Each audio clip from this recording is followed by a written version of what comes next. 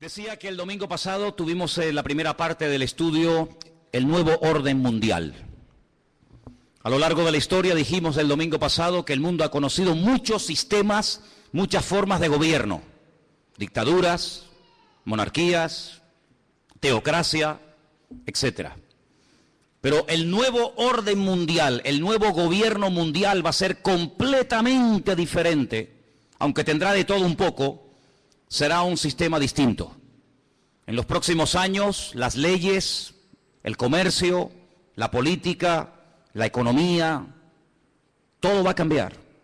Estamos a punto de ver cambios que durante milenios no se han producido, pero el mundo va a experimentar unos cambios tremendos. Y tenemos que saber cómo estar preparados y cómo reaccionar y comportarnos ante estos cambios. Y en el capítulo 13 del libro del Apocalipsis nos habla de un hombre, de un personaje que recibe a lo largo de la Biblia muchos adjetivos, muchos nombres. El anticristo, el cuerno pequeño, el hombre de pecado, el hijo de perdición, God, etcétera. Son nombres que nos hablan acerca de cómo es este hombre.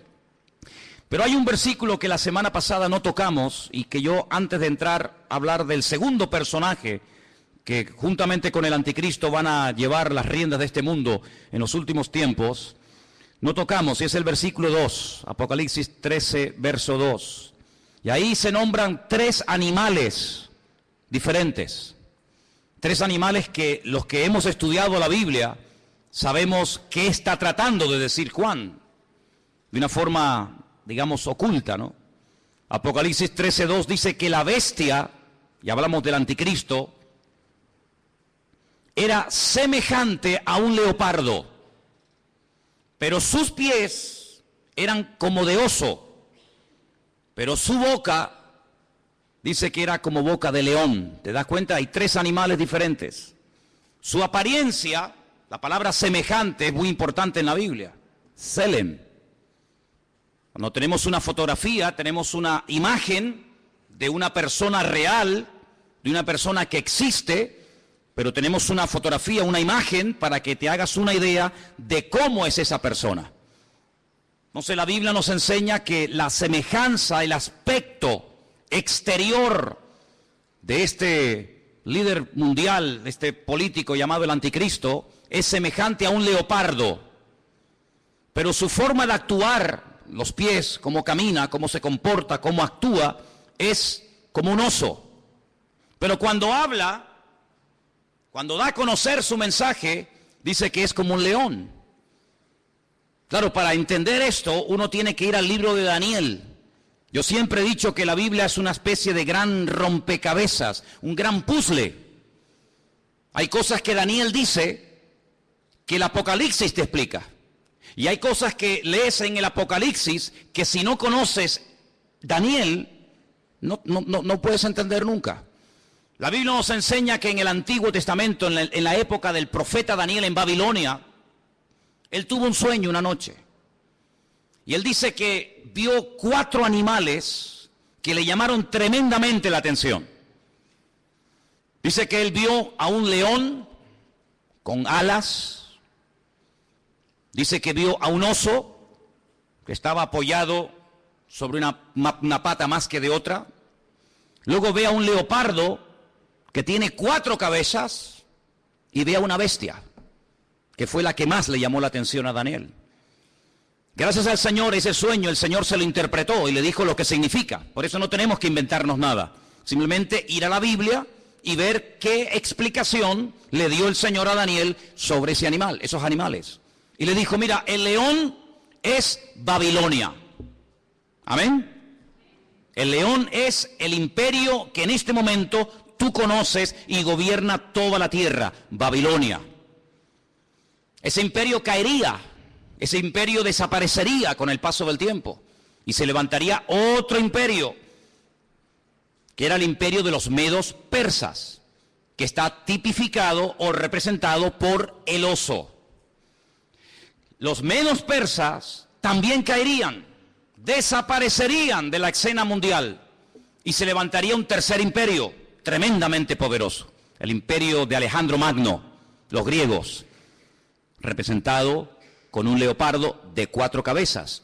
Y finalmente dice que ve una bestia, no es un animal normal y corriente, es algo extraño, es una bestia, es un monstruo que dice que tiene 10 cuernos y bueno, es un animal indescriptible porque ya te digo, no existe. La historia nos enseña que Alejandro Magno cuando murió no dejó descendencia. No ocupó su hijo y posteriormente el hijo de su hijo el trono, sino que Alejandro Magno murió sin dejar descendencia. Algunos dicen que era homosexual y que nunca se casó y tuvo hijos. Su imperio, que era un imperio enorme, que se extendió por todas partes del mundo conocido, cuando él muere, se divide en 4 pedazos. Y 4 de sus generales más conocidos, Casandro, Lisimaco, Teleuco y Ptolomeo, se apoderaron de lo que antiguamente fue un solo reino, pero que ahora son 4. Y cada uno toma posesión de uno de estos pedazos. Así que sabemos que el león es Babilonia, el oso son los persas o los iraníes, y el leopardo era Grecia. ¿Y qué es lo que está diciendo el Señor a Juan en Apocalipsis capítulo 3? Que cuando aparezca en la escena mundial este hombre, que vamos a llamarlo el anticristo, va a tener de todo un poco. Su apariencia, su aspecto va a ser el de un leopardo, es decir, el de un griego. Cuando él se mueve, se comporta, toma decisiones, se actúa, dice que actuará como un oso, es decir, como un persa. Pero dice que cuando abra la boca y hable, se va a comportar como un león, como un babilónico. Claro, hay que ir a la historia y analizar y estudiar cómo eran esos pueblos. Porque aunque eran todos imperios terribles y paganos y idólatras y despiadados, hay características de unos que otros no tienen. Por ejemplo, los griegos le dieron mucha importancia al aspecto físico, al hedonismo, al vivir bien, al pegarte la gran vida. Pero cuidado, no eran ateos. Los griegos no eran ateos. Les recuerdo que cuando el apóstol Pablo fue a Grecia, a un lugar público llamado el Areópago, donde se compartían las enseñanzas, y allí estaban los filósofos de la época, el apóstol Pablo dijo: hoy paseando por vuestra ciudad, por Atenas, he observado que ustedes los atenienses sois gente muy religiosa. No eran ateos, pero eran religiosos. Dice que al apóstol Pablo le llamó la atención que vio un altar donde no había ninguna imagen, pero había una inscripción que decía: al Dios no conocido. Es decir, por si acaso nos hemos olvidado de reverenciar o de adorar a un Dios que no sabemos cómo es, le ponemos una inscripción para que no se sienta ofendido. Luego, una de las características de los griegos era que le daban mucha importancia a la cultura, a la filosofía, a los deportes. Ellos fueron los inventores, los creadores de las Olimpiadas. Ellos le daban mucha importancia al aspecto físico. Llenaron toda Jerusalén y el mundo conocido de antaño de gimnasios. Le daban mucha importancia al culturismo, al aspecto físico. Pero también eran personas que tenían grandes problemas con la lujuria. La mayoría de ellos eran bisexuales, le gustaban tanto los hombres como las mujeres. Eran personas que no tenían ningún tipo de escrúpulos, eran personas que no tenían ningún tipo de moral, eran personas que le daban rienda suelta a cualquier impulso de la carne, con tal de que te sientas bien, lo puedes hacer. ¿Quieres ser homosexual y eso te hace sentir bien? Adelante. ¿Quieres ser cualquier otra cosa? Adelante. En otras palabras, no te reprimas. No tengas ningún recato, ningún principio moral o espiritual, sino rienda suelta a los impulsos. El anticristo será así. El anticristo no será un ateo, pero será una persona, un libertino, una persona que le dará igual lo que sea, con tal de que la gente se sienta contenta y feliz. Por eso dice que su aspecto, su forma de ser es como la de un griego, una persona que le da lugar a la carne, al hedonismo. Pero dice que cuando actúa como un oso, como un persa. Y hermano, es interesante notar porque el imperio persa siempre tuvo algo muy interesante entre ellos, y es que siempre tenían una intención de expandir su territorio. Saben que desde hace muchos años ha estado mareando la perdiz los persas, Irán, pero una de las cosas que quieren es, siempre lo han querido y lo han dicho y no lo han ocultado, es la destrucción y aniquilación total y absoluta del Estado de Israel. Israel ha amenazado en varias ocasiones a Irán porque sabe que están construyendo armamento nuclear, no con fines, digamos, científicos, sino con fines militares.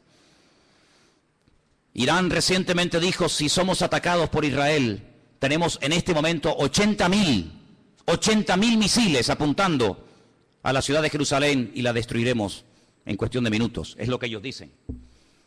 Por lo tanto, aunque aparentemente es una persona pacífica y educada y con una cultura tremenda, por otra parte, en su corazón es una persona que le gusta la guerra. Dice la Biblia, recuerden, la semana pasada cuando hablamos de este personaje, dice que él cambia de religión. Dice que al Dios de sus padres lo deja de adorar y comienza a adorar a Alá Maozín, al Dios de las fortalezas o al Dios de la guerra. Es una de las características del anticristo. No es un ateo, pero es una persona que utiliza lo espiritual, lo religioso, para fundarse en esa fuerza espiritual que da, por así decirlo, la religión y emprender guerras. Todos sabemos que muchas guerras se han emprendido y las que faltan en nombre de Dios o en nombre de la religión. Los protestantes han matado gente. Los católicos han matado a gente. No hay ni una sola religión que no esté manchada de sangre. Todos han utilizado el nombre de Dios. Cuando la famosa guerra del Golfo, veíamos a Saddam Hussein orando para recibir fuerzas para atacar a los americanos y vencerlos, pero también veíamos en las iglesias de Norteamérica orando a los creyentes para que los soldados norteamericanos no murieran, y vemos que se mezcla todo, lo político, lo religioso, lo espiritual. Así será el anticristo, un sincretismo, una mezcla de todo. Una mala utilización del nombre de Dios, utilizando a Dios para beneficios personales. Pero dice que cuando él habla como un león, es decir, será un ser arrogante. Los babilónicos, si algo tenían que les caracterizaba, era la arrogancia, la soberbia. Se creían que eran los amos, los dueños del mundo. Así será este personaje. Pero este personaje del cual hablamos la semana pasada, que es la primera bestia, la que sube del mar entre las naciones, de los pueblos, de entre los gobiernos, tendrá el apoyo total y absoluto de otra bestia que vamos a ver sus características. Apocalipsis capítulo 13, versículo 11. Y fíjese en esta palabra. Después vi otra, no es la misma, es otra bestia que subía de la tierra. La primera bestia subía del mar. La segunda sube de la tierra. Tenía 2 cuernos semejantes a los de un cordero, pero cuando hablaba como un dragón. Jesús dijo en cierta ocasión que de la abundancia del corazón habla la boca. ¿Cuántos dicen amén? Su aspecto es un cordero, pero en cuanto abre la boca sale toda la basura que tiene dentro y se da a conocer lo que realmente lleva: maldad y muerte por todas partes. Dice que ejerce toda la autoridad de la primera bestia en presencia de ella.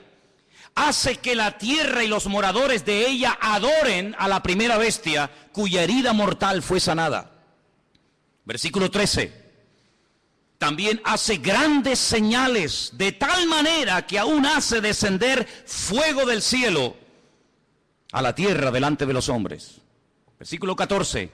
Engaña a los moradores de la tierra con las señales que se le ha permitido hacer en presencia de la bestia, mandando a los moradores de la tierra que le hagan imagen a la bestia que tiene la espada, la herida de espada, y vivió.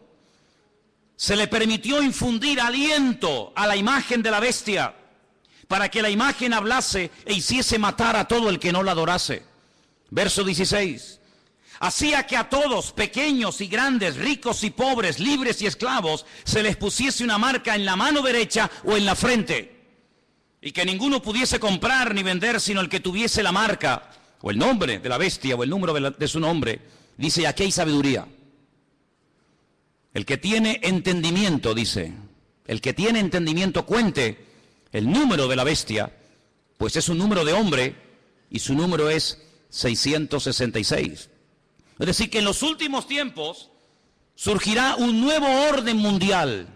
El mundo no será como lo hemos visto hasta el día de hoy, donde cada uno hace lo que le da la gana y cada uno gobierna. No. En los últimos tiempos habrá un nuevo orden mundial dirigido y capitaneado por un presidente mundial que tendrá una fuerza militar, económica y política increíble. Y a este personaje se le conoce vulgarmente con el nombre del anticristo, el que se opone a Cristo, el que quiere suplantar la figura de Cristo. Pero tendrá a una persona que la Biblia lo llama, fíjense qué curioso, falso profeta. Si analizamos toda la Biblia, vemos que la figura de los profetas era algo muy importante. La Biblia está llena de verdaderos y auténticos profetas. Daniel, Jeremías, Isaías, Habacuc, Sofonías, Malaquías, cientos de buenos profetas. ¿Qué era un profeta? Un profeta era un hombre de carne y hueso, como cualquiera de nosotros, con una comunión con el Señor tremenda, que a través de sueños o de visiones o por voz audible recibía mensajes del Eterno, recibía mensajes del Señor para transmitirlos al pueblo de Israel, para que de esa manera el pueblo no pecara, para que de esa manera el pueblo no terminara adorando a otros dioses, para que el pueblo supiera en todo momento lo que tenía que hacer y lo que no tenía que hacer. Un profeta era una bendición para el pueblo. ¿Por qué? Porque era el nexo que unía al pueblo con Dios y a Dios con el pueblo. Era la persona que hacía la función de la boca de Dios. Cuando Dios quería decirle algo al pueblo, hablaba a través del profeta. Pero dice la Biblia, y la Biblia está llena de ejemplos de falsos profetas. Hay capítulos enteros en Jeremías, en Ezequiel y otros libros que nos hablan acerca del daño tremendo que hacían los falsos profetas. Por ejemplo, la Biblia dice que cuando las tropas del rey Nabucodonosor habían rodeado la ciudad de Jerusalén, había falsos profetas que decían, tranquilos, no pasa nada, no se preocupen, vamos a ganar la guerra. Nabucodonosor va a ser derrotado, se va a cansar y se va a marchar a su tierra. Vienen tiempos de paz, vienen tiempos de abundancia, vienen tiempos de prosperidad, pero había uno llamado Jeremías, que era el verdadero profeta y decía, no les crean, les están mintiendo, es mentira, no viene paz, viene guerra, el enemigo no se va a ir, nos va a destruir, nos va a destruir la ciudad, nos va a quemar el templo, va a matar a nuestros jóvenes. Siempre hubieron falsos profetas que engañaban al pueblo, siempre había falsos profetas que venían supuestamente en nombre de Dios, y la gente lógicamente en muchas ocasiones le hacía más caso y prestaba más atención a los falsos profetas que a los verdaderos profetas. ¿Por qué? Porque el falso profeta decía lo que el pueblo quería oír. El verdadero profeta muchas veces iba en contra de la voluntad del pueblo. Por eso a la mayoría de los profetas los terminaban matando. ¿No dijo el Señor, Jerusalén, Jerusalén, que matas a los profetas y apedreas a los que yo te envío? ¿Cuántas veces quise juntar a mis hijos como la gallina junta sus polluelos y no quisisteis? La ciudad de Jerusalén pasó a la historia como una ciudad que mataba a los profetas. Porque los profetas confrontaban, los profetas hablaban claro, los profetas no eran aplaudidos, eran gente odiada. Era gente que muchas veces tenía que vivir totalmente dependiendo del Señor porque los querían matar, los querían torturar y querían taparles la boca a cualquier precio.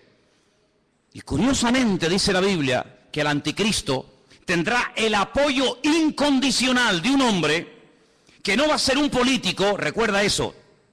El falso profeta no será un político, será una persona que se encargará fundamentalmente de 4 cosas. Primera, lo hemos leído, versículo 12.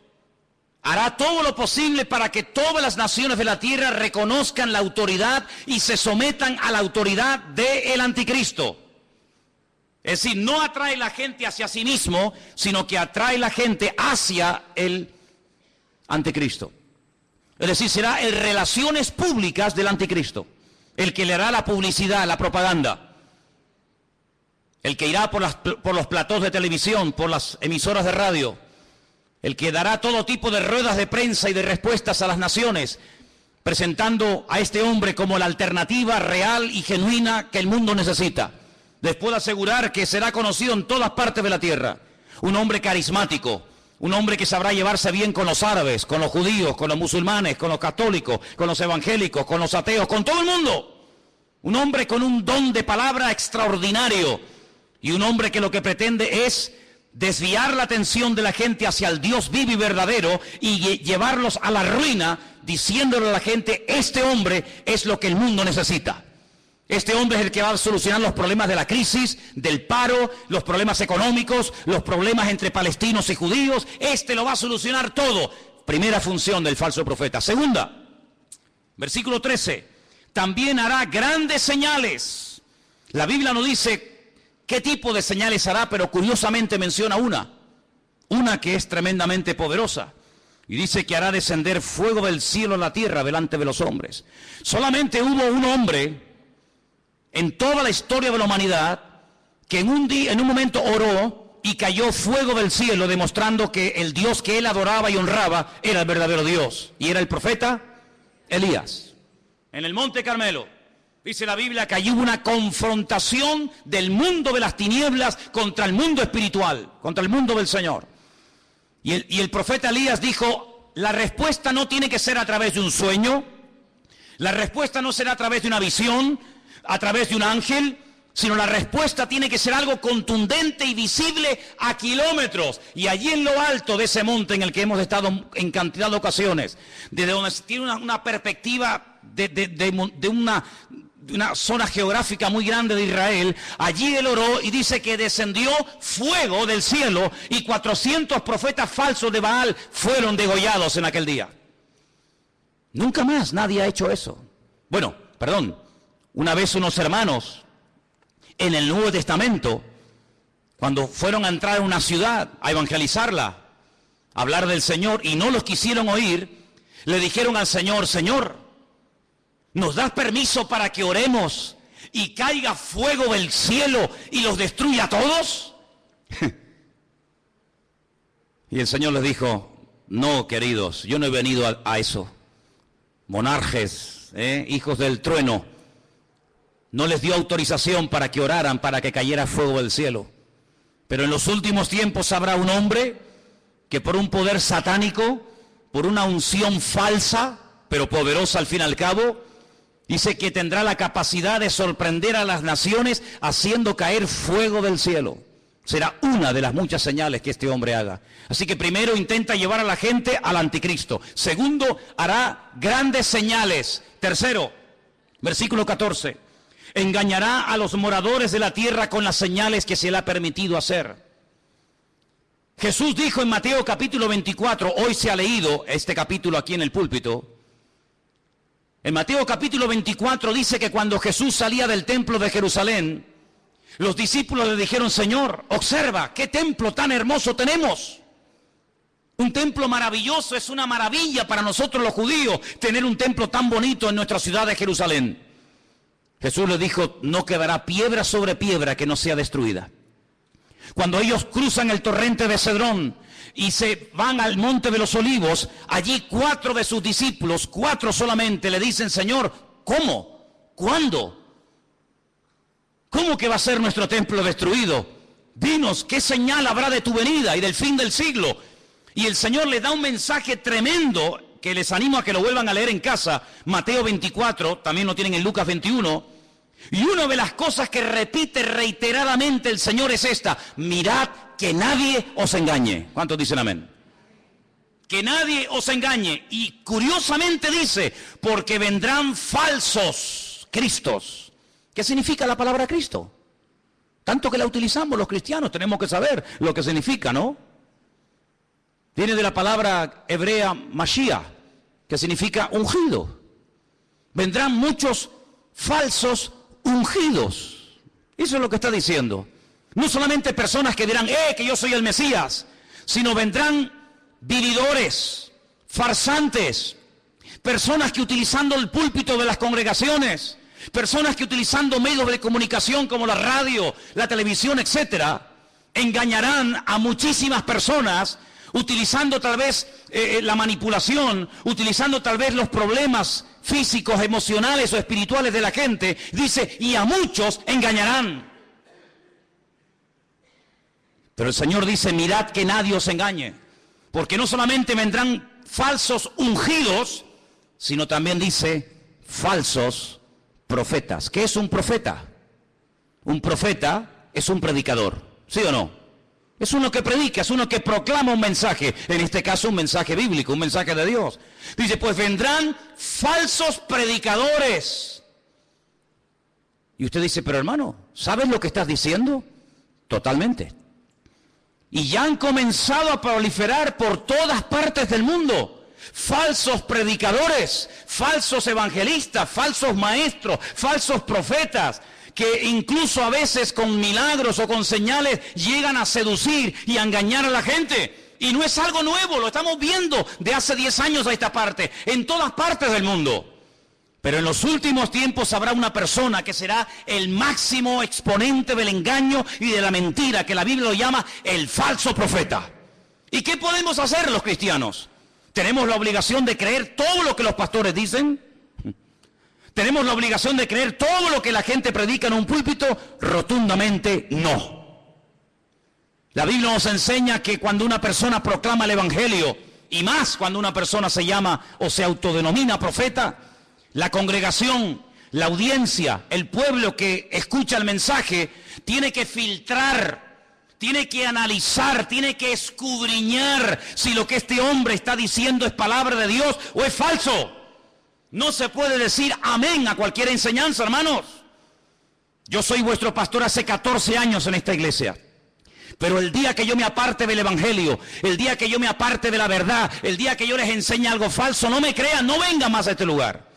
Porque la Biblia nos enseña que la oveja tiene la obligación de rumiar la comida antes de tragársela. ¿No hablamos hace poco de una de las características de las ovejas? ¿Sí o no?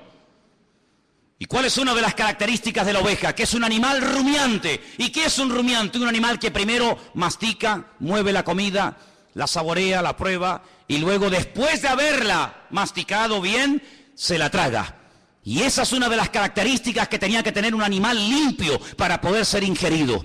El Señor dijo que tenga pezuña y que sea rumiante. Y el Señor quiere que tú seas, permíteme la palabra, un rumiante. Una persona que diga, un momento, te he oído, he prestado atención, he tomado buena nota. Perfecto. Déjame analizar a través de las Escrituras si lo que tú hoy nos has enseñado, si la palabra que nos has traído es bíblica o es mentira y es falsa. Dice la Biblia que cuando Pablo fue a la ciudad de Berea, ¿os acordáis? Dice que los judíos de la ciudad de Berea escucharon a Pablo durante varias semanas, durante varios días de reposo en la sinagoga, compartir la palabra. Pero dice que eran gente más noble que los de Tesalónica.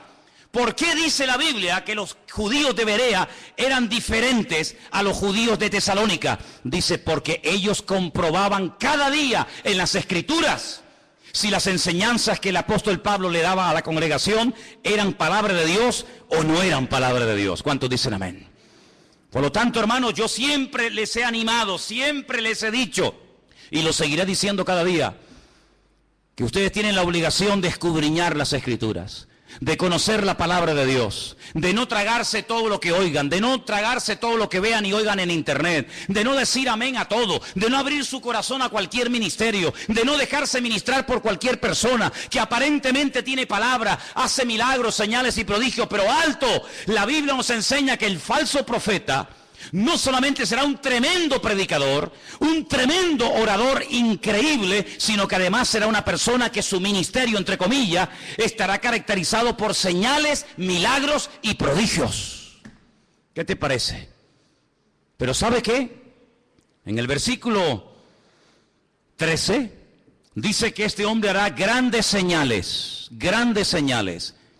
Usted tiene que prestar atención a esas señales. ¿Por qué? Porque no toda señal es evidencia de que le está dando gloria y honra al Señor y que esa unción viene de parte del Señor si no sabe Dios de dónde viene.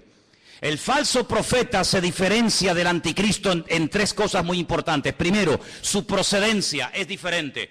El mundo de la política produce, permítame la expresión, la política produce, es el terreno donde se levanta el anticristo. El falso profeta no se levanta del mundo de la política. El falso profeta se mueve en el terreno religioso, en el terreno espiritual. ¿Se han dado cuenta que en los últimos años ha habido muchos intentos por tener una religión? Lo intentó la New Age, la nueva era, lo ha intentado el Vaticano en múltiples ocasiones con las famosas reuniones ecuménicas. Los Bahá'í ya propusieron hace muchos años haber una religión mundial, porque fíjense qué curioso, este continente en el que vivimos, el continente europeo, en 2 ocasiones se ha enfrentado a muerte un país contra otro. ¿Sí o no? Primera Guerra Mundial, Segunda Guerra Mundial, unos contra otros, millones de muertos, ciudades arrasadas completamente, familias destruidas. Europa quedó totalmente en ruinas, pero eso ya pasó a la historia. Antes los que se peleaban, ahora son amigos, ahora comen juntos, ahora hacen negocios juntos. Ahora se venden los productos unos a otros. Luego ya no estamos en un tiempo de guerra en Europa. Estamos, entre comillas, en un tiempo de paz. Ya no nos peleamos unos contra otros, ¿ve? Porque en una guerra todos pierden. Ahora nos unimos en una unidad política y económica y donde tenemos todos en común una misma moneda. ¿Sí o no? Usted puede viajar por Europa, por muchos países, y no tiene que cambiar en un país la moneda, en otro la otra, sino que con una misma moneda se puede mover. Ya no hay fronteras. ¿Se acuerdan cuando viajábamos por Europa? Ya no hay fronteras. Puedes pasar de un país a otro prácticamente ya, a cualquier hora puedes pasar de un país a otro. Pero falta una unidad. Sí, hay una unidad militar, hay una unidad política, hay una unidad económica, pero no hay una unidad espiritual. El anticristo, a través del falso profeta, una de las cosas que tratará de mover en el mundo es que la gente llegue a la conclusión de que no es bueno que haya tantas religiones, sino que lo mejor es que haya una religión donde todos se sientan a gusto. Ya hace años están tratando de crear el Crislam. El Crislam, quieren unir el Islam con el cristianismo. En muchas congregaciones evangélicas, ya la palabra Jehová o la palabra Yahvé o la palabra el Eterno o la palabra Dios ha desaparecido. Ya hay una nueva versión circulando de la Biblia en muchas iglesias evangélicas del mundo donde aparece la palabra Alá. En el principio creó Alá los cielos y la tierra. Alá lo que estamos diciendo. En otras palabras, para llevarnos bien, quitemos la palabra Dios, pongamos la palabra Alá. Hay muchas Biblias donde han quitado la palabra sangre. Es increíble cómo puede haber instituciones evangélicas que han quitado la palabra sangre de la Biblia, porque es una palabra que choca o es una palabra muy fuerte. Amados hermanos, vienen tiempos de cambios como ustedes no se pueden ni imaginar. Vienen tiempos en los que no solamente lo económico cambiará de una forma tremenda, sino lo espiritual cambiará de una forma que ustedes no se pueden ni imaginar. Ahora quiero leerles un versículo que se encuentra en Apocalipsis 16:13, donde dice que el falso profeta y el anticristo harán algo que muchas veces no se menciona. Y vamos a leerlo. Apocalipsis 16, versículo 13. Y dice así: vi salir de la boca del dragón, Satanás, de la boca de la bestia, el anticristo, y de la boca del falso profeta, 3 espíritus inmundos a manera de ranas. Son espíritus de demonios que hacen señales y van a los reyes de la tierra en todo el mundo para reunirlos a la batalla de aquel gran día del Dios Todopoderoso. Una de las cosas que el mundo tiene que conocer y ustedes, hermanos, tienen que saber, porque la Biblia lo profetiza con cientos y miles de años de antelación. Cuando te pregunta la gente, ¿y tú crees que habrá una tercera guerra mundial? ¿Crees que otra vez el mundo volverá a enfrentarse y a matarse y a pelear los unos contra los otros? Y yo te digo, no te quepa la menor duda. La pregunta no es si se van a pelear, la pregunta es ¿por qué tardan tanto en enfrentarse los unos contra los otros? El mundo se está convirtiendo en un caldo de cultivo donde la violencia y la agresividad será algo normal. Miren los colegios, hermanos. Hay muchos colegios en los Estados Unidos que es un peligro, porque cuántos niños, cuántas docenas de jóvenes han entrado armados a un colegio y han asesinado a cantidad de compañeros. Amados hermanos, la violencia va a ser una de las características de los últimos tiempos. Habrá violencia en la sociedad, violencia en el tráfico, violencia en las iglesias, violencia en los parlamentos, violencia por todas partes. El Señor Jesucristo dijo que Él vendría, pero antes de que Él viniera, los tiempos en los cuales viviríamos serían como los días de Noé. Y cuando uno observa la generación en la que le tocó vivir a Noé, no era una sociedad pacífica. Cuidado, era una sociedad tremendamente avanzada para la época en la que vivía. Fijaros lo que querían construir. En la época de Noé se quiso construir el edificio más alto del mundo, un zigurat, una torre que llegara al mismo cielo, a la misma presencia de Dios, con el objetivo de demostrarle a Dios que a través de la tecnología de la época, el hombre era capaz de desafiar al mismo Dios y de llegar a su presencia no a través del medio establecido por Dios, sino a través del medio de la mente humana. La tecnología puesta al servicio del mal. ¿Piensan ustedes que el anticristo y el falso profeta no echará mano de la tecnología de la época para engañar y meterse en miles y en miles y en millones de hogares? No les quepa la menor duda. No les quepa la menor duda. Así que en los tiempos de Noé, no fue como en los tiempos del diluvio. Bueno, fue en los tiempos del diluvio, no fue como en los tiempos de la Torre de Babel. En los tiempos de la Torre de Babel, la Biblia nos enseña que Dios no destruyó a la humanidad, sino que la separó y la confundió. ¿Por qué? Porque habían aprendido un secreto tremendo. ¿Cuál fue? La unidad. Se unieron para lo malo. Sin embargo, en el tiempo del diluvio, se mataban los unos a los otros. El anticristo sabe perfectamente que la unidad tiene un poder tremendo. Por eso él lo que intenta es unir religiones, unir filosofías, unir diferentes estilos de vida para llevar a este mundo a la ruina y a la destrucción total. Una de las cosas que el hombre ha intentado y lo está consiguiendo desde los tiempos de la Edad Media es desterrar la palabra Dios, la palabra Biblia del vocabulario del ser humano. Hoy en día se oye hablar muy poco de Dios, muy poco de Biblia. ¿Por qué? Porque los hombres a lo largo de la historia han intentado destruirse los unos a los otros. Pero el objetivo final del diablo es destruir a Dios, quitar a Dios del vocabulario de la gente. ¿Y qué es lo que hace el falso profeta? Levantar al anticristo para que lo adoren a él. Y no es la primera vez que un hombre reclama honra y gloria para sí mismo. No es la primera vez que un César, que un faraón o que cualquier persona ha intentado levantarse más alto que Dios y matar y asesinar a todas aquellas personas que no lo apoyan y no lo reconocen. Una de las cosas que hará el falso profeta es algo tremendo. Dice que marcará, sellará a la gente. Ahora, esto no es nada nuevo.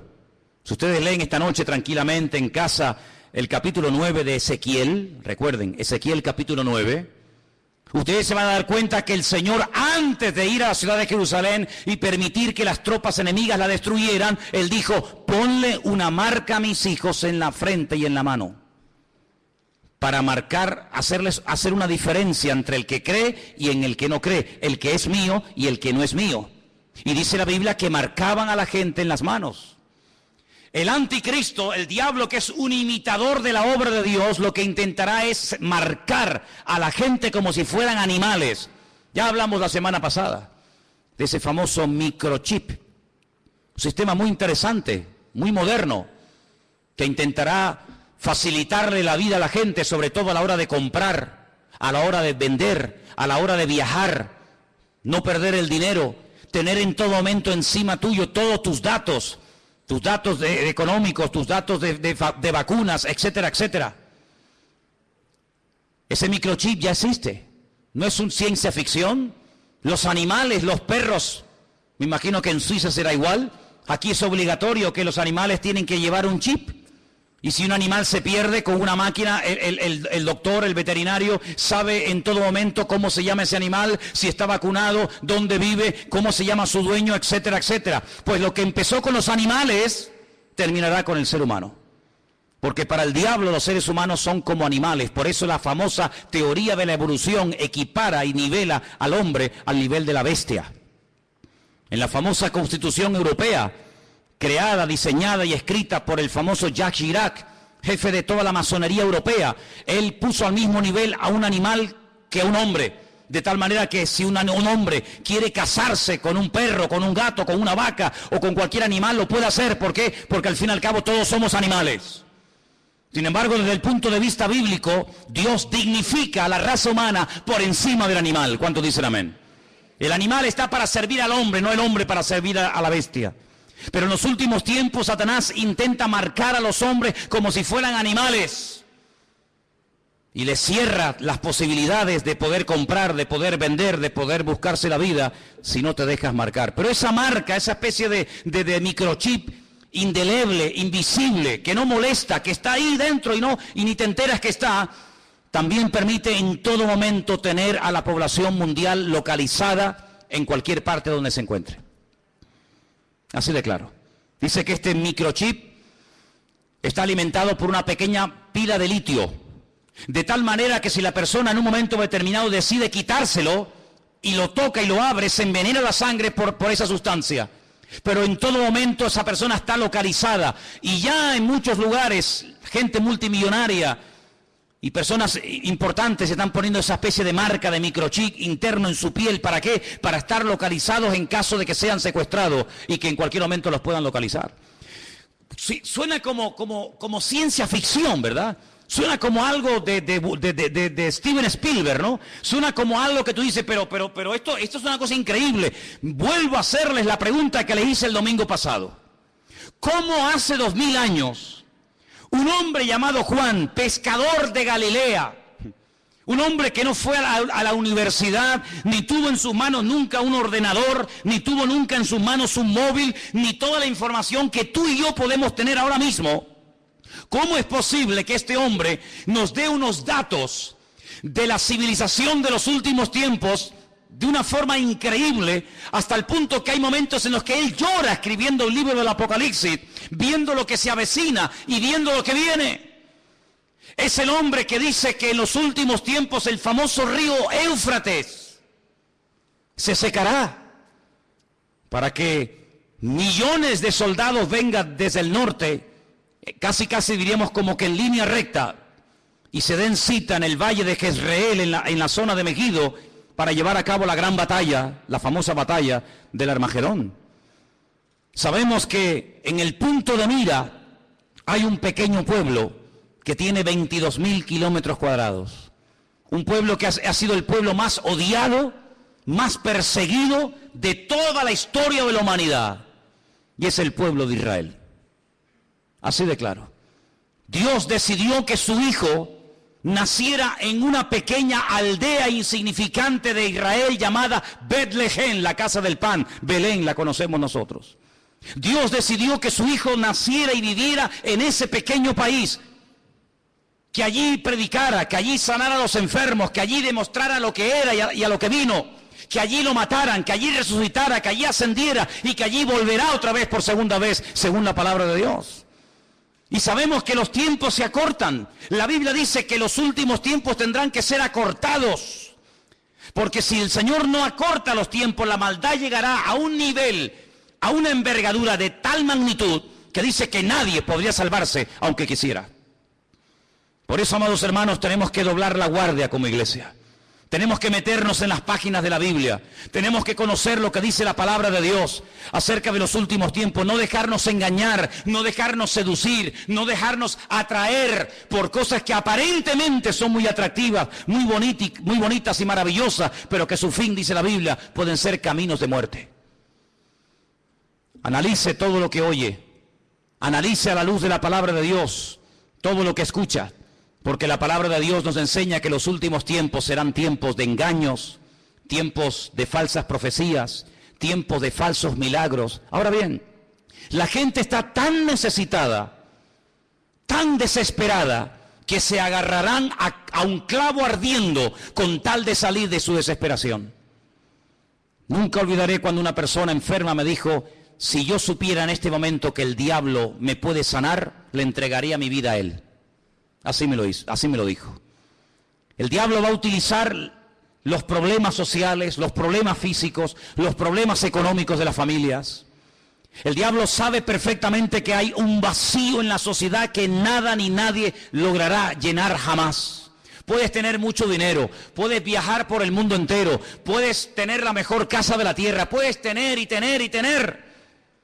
Pero el Señor Jesucristo no solamente te ha creado para que llegues a tener ciertas y determinadas cosas en la vida, sino que el Señor nos ha creado con sus manos para que seamos su pueblo y estemos en plena comunión con Él. ¿Cuántos dicen amén? Por eso, amados hermanos, cuando ustedes escuchen a alguien, cuando ustedes oigan a alguien, cuando ustedes observen a alguien, háganse la siguiente pregunta: ¿a quién está levantando este hombre? ¿A quién intenta glorificar? ¿Hacia quién intenta desviar la atención? ¿Hacia él mismo? ¿O lo que intenta esta persona es levantar en alto el nombre que es sobre todo nombre, el nombre de Jesús, para que la gente adore al Rey de Reyes y al Señor de los Señores?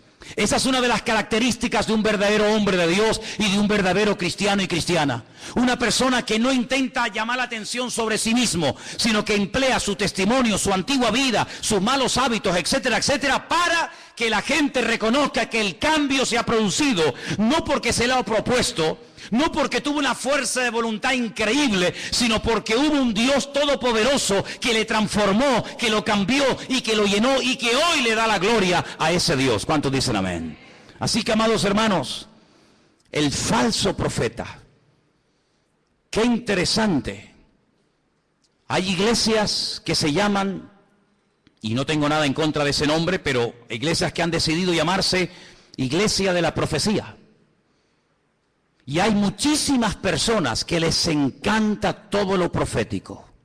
He ido incluso a algunas reuniones, he ido a algunas convenciones, no muchas, pero alguna vez he escuchado personas que cuando van a un evento, a una conferencia, a un culto especial, lo que te dicen es: he venido aquí porque este hombre o esta hermana o esta mujer tiene profecías y tiene palabras para mí. Y la gente hace cola y espera horas para que vaya una persona y le imponga las manos y algo con voz bajita, la mayoría de las veces le susurre al oído y le diga que va a ser y que va a tener y que va a ser prosperado y que va a ser bendecido. Y la gente agarra esa palabra como si fuera una palabra de Dios, cuando la única palabra de Dios que tenemos es esta que tenemos en nuestras manos. ¿Cuántos dicen amén? Si usted busca palabras, si usted busca consejos, si usted busca algo que le oriente para saber si me caso o no me caso, si me voy o me quedo, si compro o no compro, es la bendita palabra de Dios. Dice el salmista: lámpara es a mis pies tu palabra y lumbrera mi camino. No busques en los hombres lo que solamente en Dios puedes encontrar. Si buscas palabra, métete en tu aposento, dice la Biblia, cierra tu puerta. Y tu Padre que te ve en lo secreto, dice, te recompensará en público. Pero qué fácil es ir a una persona para que nos diga esa persona supuestamente en nombre de Dios lo que yo tengo que hacer. Cuidado, porque la Biblia dice que en los últimos tiempos el don de la profecía será mal usado para engañar y para seducir a las almas inconstantes. Claro que creemos en las profecías. No menospreciéis las profecías, dice la Biblia, pero las profecías de la Biblia, no las profecías inventadas, no el producto de la imaginación. ¿Saben lo que decía Jeremías al pueblo? Ustedes, Dios no los ha enviado a ustedes, ustedes profetizan y tienen el descaro y la desfachatez de esperar que lo que han profetizado se cumpla cuando saben que Dios no está hablando a través de vuestras bocas.